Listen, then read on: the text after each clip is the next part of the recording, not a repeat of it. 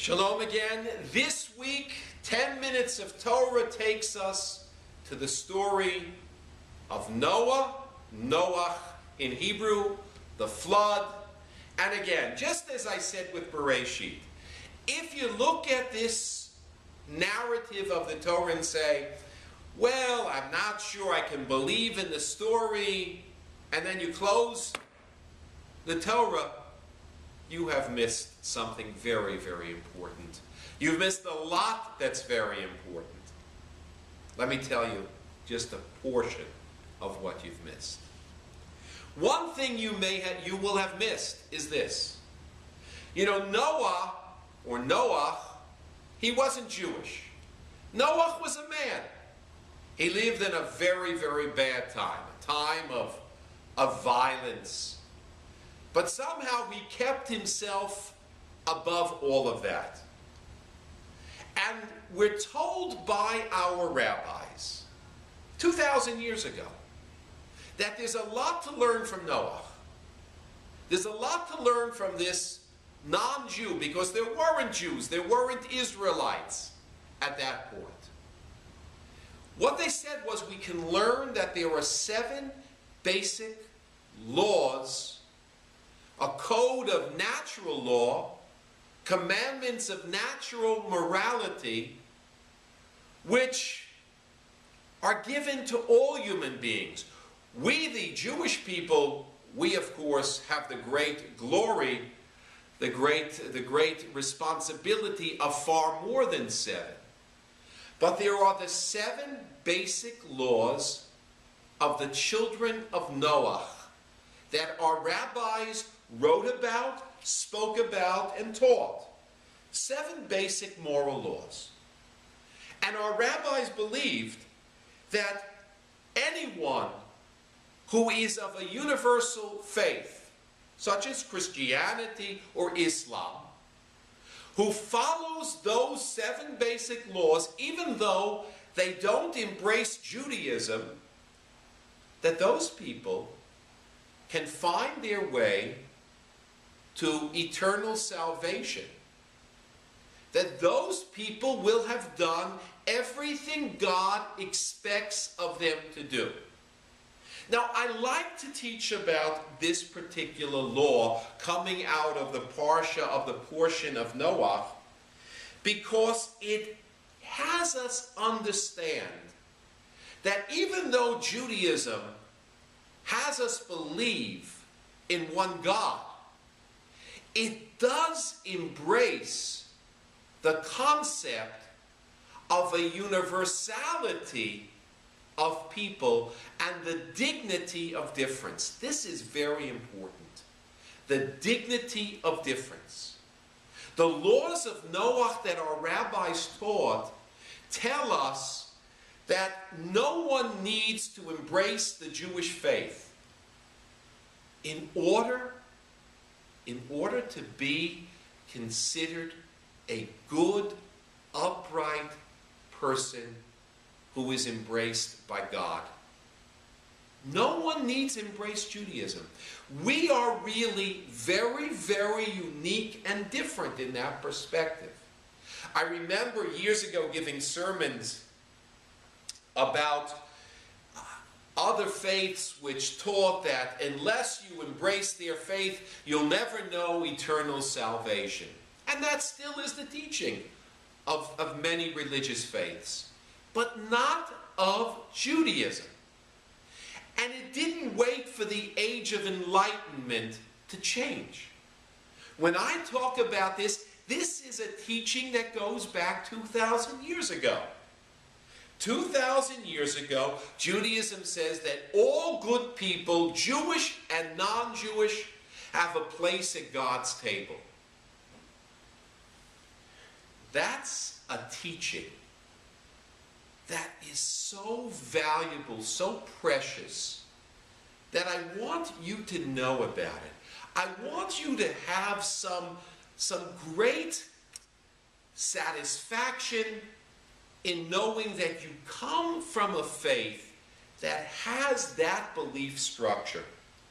Humanity, all of humanity, has a place in this world, according to the Jewish people, a place of honor and respect, so long as they follow the 7 basic laws of Noah, which include things like don't kill, don't steal, not to worship idols, not to engage in incestuous relationships, things like that. But you get the idea. We are of a faith embracing of all humanity. There's one other thought I wanted to share with you about Noah. You know the story that they come on the ark, 2 by 2, the animals, right? Well, there are 2 different versions of that story. Okay? In one version, there are 7 pairs of every pure animal comes on board Noah's ark, and only 1 pair of unpure animals, unkosher animals. So, in the second version, it's only 1 pair of animals, period. Pure and impure. 2 versions of the story. What do our rabbis do with it? So what they said is this. They take the 2 stories and they say, this story is true and that story is true. This story is true, yes, there would be 1 pair of only the impure animals. But then there would be 7 pair of pure animals. Now, why do I tell you this?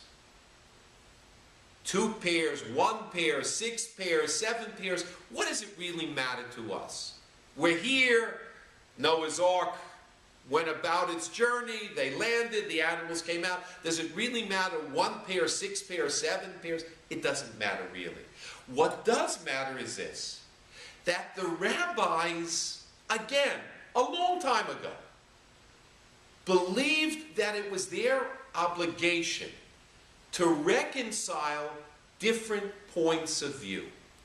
Not to remain polar opposites, not to remain in opposition one to the other, not to deny any validity to each other's position, but to try and find a common core of truth in 2 different positions. That's why I share this with you, because we don't do that well today. We don't do well at taking one position and another position and finding some commonality of truth. They did it 2,000 years ago and further back much better than we do. We have, I think, in this teaching, something to learn and something to guide us. That the rabbis never thought that one position was absolutely right and the other was lies. They thought that you could learn from each other. And so they found a way to create a core message of truth and teach it. That's why if you study the Talmud with me as I teach Talmud, you're going to see that on every page there are different opinions. Many, many different opinions about the same issue. And they're all preserved there on the page. The opinion that was accepted as being the way to go, and the other opinions which were rejected, but they're all there. Why? Because when the rabbis compiled the Talmud, they wanted everyone's position there, everyone's opinion there.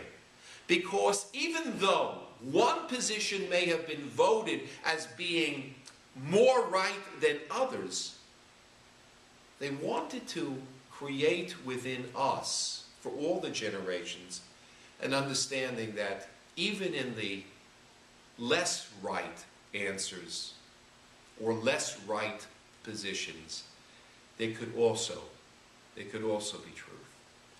I've often said, why is the mezuzah placed on a slant? Some rabbis thought it should be horizontal, because the Torah gives us that indication. Other rabbis thought it should be placed vertical, because other rabbis thought that the Torah gives us indications of that. So you have one side, you have the other side.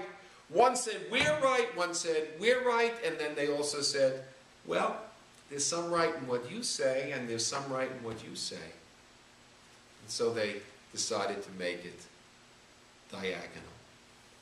My friends, there's nothing wrong with diagonal. There's nothing wrong with seeing the truth in another person's position. And if we could learn that in religious life, in Jewish life, and in this country of ours, I think we would be on a better road into the future. Shalom.